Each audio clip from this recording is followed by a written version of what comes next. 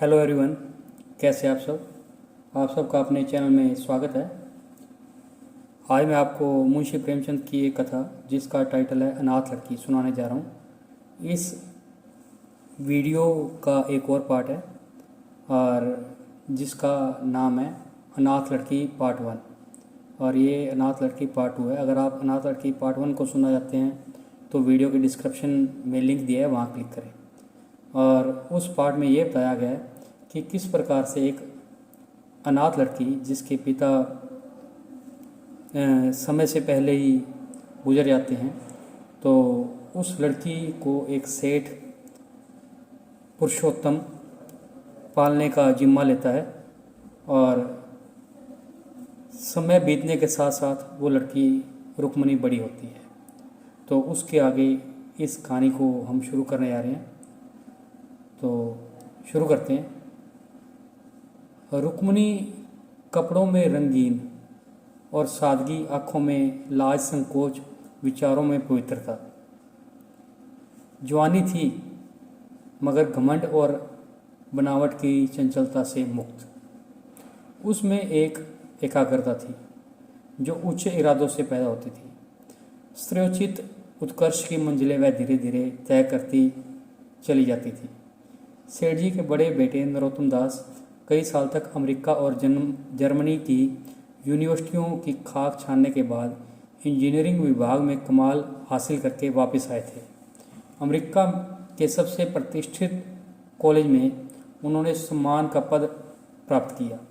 America के अखबार एक हिंदुस्तानी नौजवान की इस शानदार कामयाबी पर चकित थे। उन्हीं का स्वागत करने के लिए मुंबई में एक बड़ा जलसा किया गया था। इस उत्सव में शरीक होने के लिए लोग दूर दूर से आए थे। सरस्वती पाठशाला को भी निमंत्रण मिला था और रोहिणी को सेठानी जी ने विशेष रूप से आमंत्रित किया था। पाठशाला में हफ्तों तैयारियां हुई। रोहिणी को एकदम के लिए भी चैन न था। यह पहला मौका था कि उसने अपने लिए बहुत अच्छे अच्छे कपड़े बनवाए। रंगों का चुनाव और उस चुनाव में वह मिठास थी, काट छाट में वह फवन जिससे उसकी सुंदरता चमक उठी। सेठानी कुशल्या देवी उसे लेने के लिए रेलवे स्टेशन पर मौजूद थी। रोहिणी गाड़ी से उतरते ही उसके पैरों में झुकी, लेकिन उन्होंने उसे छाती से लगा लिया और इस तरह से प्यार किया जैसे वह उनकी बेटी है। वह उसे बार बार देखती और आंखों से गर्व और प्रेम टपकता। इस जलसे के लिए ठीक समुद्र के किनारे एक हरे भरे सुहाने मैदान में एक लंबा चौड़ा शमियाना लगाया गया था। एक तरफ आदमियों का समुद्र उमड़ा हुआ था, दूसरी तरफ समुद्र की लहरें उमड़ रही थी, क्योंकि वह भी इस खुशी में शरीक थी। जब उपस्थित लोगों ने रोहिणी के आने की खबर सुनी तो हजारों आदमी उसे देखने के लिए खड़े हो गए। यही तो वह लड़की है जिसने अब की शास्त्री की परीक्षा पास की है, जरा उसके दर्शन करने चाहिए।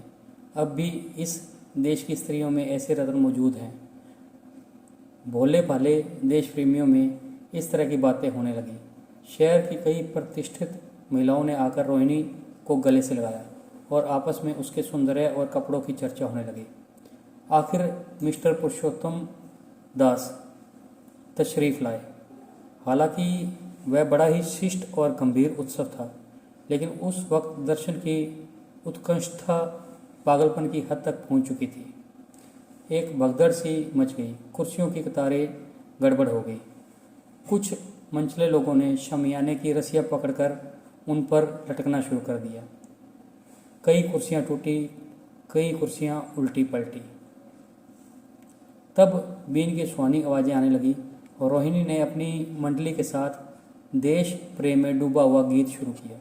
सारे उपस्थित लोग बिल्कुल शांत थे और उस समय वह सुरीला राग, उसकी कोमलता और उसकी स्वस्थता, उसकी प्रभावशाली मधुरता, उसकी उत्साह भरी वाणी दिलों पर वह नशा सा पैदा कर रही थी जिससे प्रेम की लहरें उठती हैं, जो दिल की बुराइयों को मिटाता है और उससे ज़िंदगी की हमेशा याद रहने वाली यादगारें पैदा हो जाती हैं।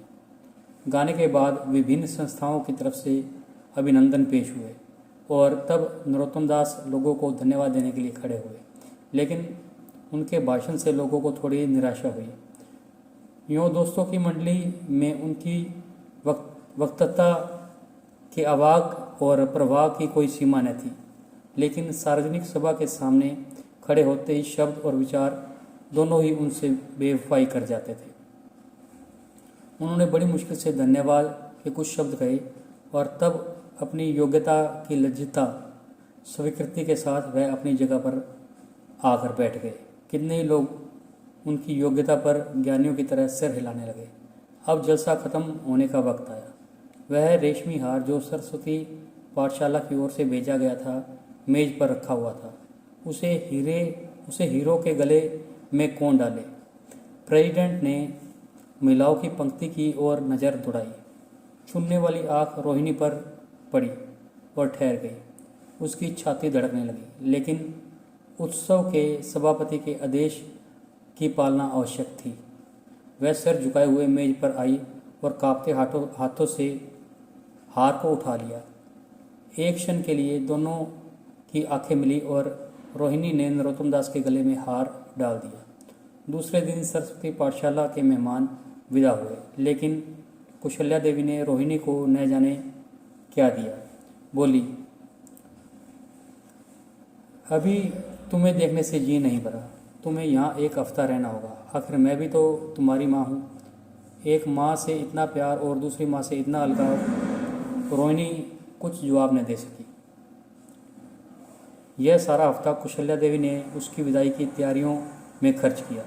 7वें दिन उसे विदा करने के लिए स्टेशन तक आई। चलते वक्त उससे गले मिली और बहुत ही कोशिश करने पर भी आंसुओं को न रोक सकी। नरोत्तम दास भी आए।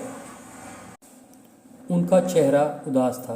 कुशल्या ने उनकी तरफ सहानुभूतिपूर्ण आंखों से देखकर कहा, मुझे तो यह ख्याल ही नहीं रहा रोहिणी क्या यहाँ से पूना तक अकेले जाएगी। फिर कुशल्या ने नरोत्तम दास की ओर देखते हुए बोला, क्या हर्ज है, तुम ही चले जाओ, शाम की गाड़ी से वापस लौट आना। नरोत्तम दास के चेहरे पर खुशी की लहर दौड़ गई, जो इन शब्दों में न छिप सकी। अच्छा, मैं ही चला जाऊंगा। वह इस फिक्र में थे कि देखें विदाई की बातचीत का मौका मिलता भी है या नहीं। अब वह खूब जी भरकर अपना दर्द दिल सुनाएंगे और मुमकिन हुआ तो उस लाज संकोच को जो उदासीनता के पर्दे में छिपी हुई है मिटा देंगे।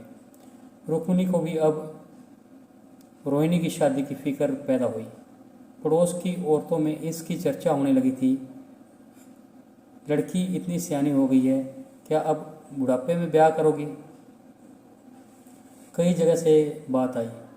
उनमें कुछ बड़े प्रतिष्ठित घराने थे, लेकिन अब रुक्मिणी उन पैमानों को सेठ जी के पास भेजती और वे यही जवाब देते कि मैं खुद फिक्र में हूँ। रुक्मिणी को उनकी यह टाल मटोल बहुत बुरी मालूम होती। रोहिणी को मुंबई से लौटे हुए महीना भर हो चुका था।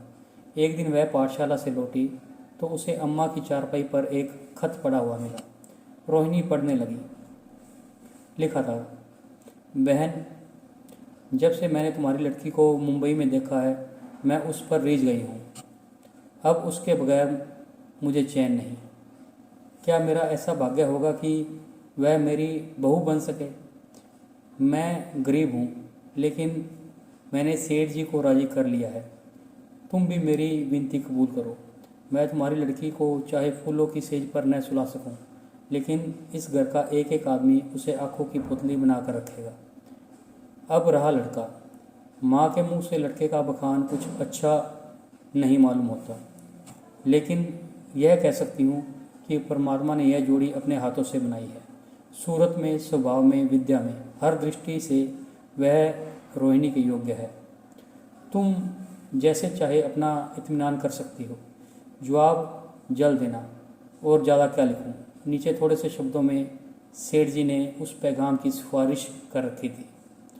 रोहिणी गालों पर हाथ रखकर सोचने लगी। नरोत्तम दास की तस्वीर उसकी आंखों के सामने आ खड़ी हुई। उनकी वह प्रेम की बातें, जिनका सिलसिला मुंबई से पुणे तक नहीं टूटा था, कानों में गूंजने लगी। उसने एक ठंडी सांस ली और उदास होकर चारपाई पर लेट गई। सरस्वती पाठशाला में एक बार फिर से सजावट और सफाई के दृश्य दिखाई दे रहे थे। आज रोहिणी की शादी का शुभ दिन था। शाम का वक्त, बसंत का सुहाना मौसम, पाठशाला के दरों दीवार मुस्कुरा रहे थे और हरा भरा बगीचा फूला नहीं समाता। चंद्रमा अपनी बारात लेकर पूरब की तरफ से निकला।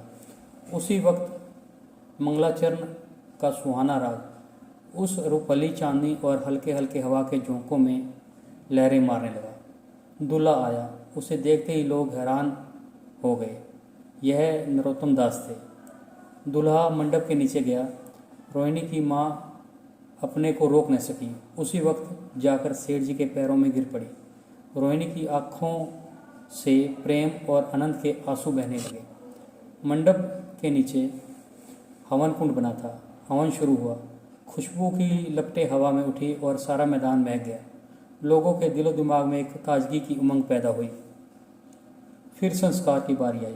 दूल्हा और दुल्हन ने आपस में हमदर्दी, जिम्मेदारी और वफादारी के पवित्र शब्द अपनी जबानों से कहे।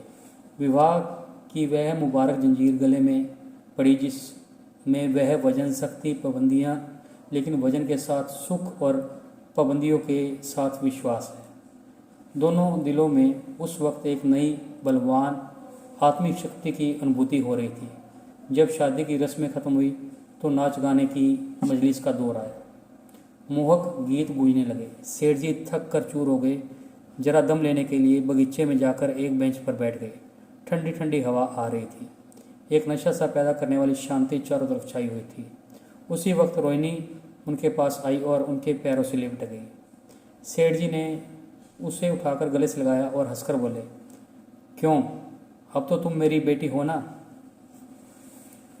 तो आपको ये कहानी कैसी लगी? अगर पसंद आई तो वीडियो को लाइक कीजिए, शेयर कीजिए और चैनल को सब्सक्राइब कीजिए। बेल वाला बटन ज़रूर दबा दें ताकि हम ऐसी कोई और कहानी डालें तो उसकी नोटिफिकेशन आपको मिल जाए। Thank you.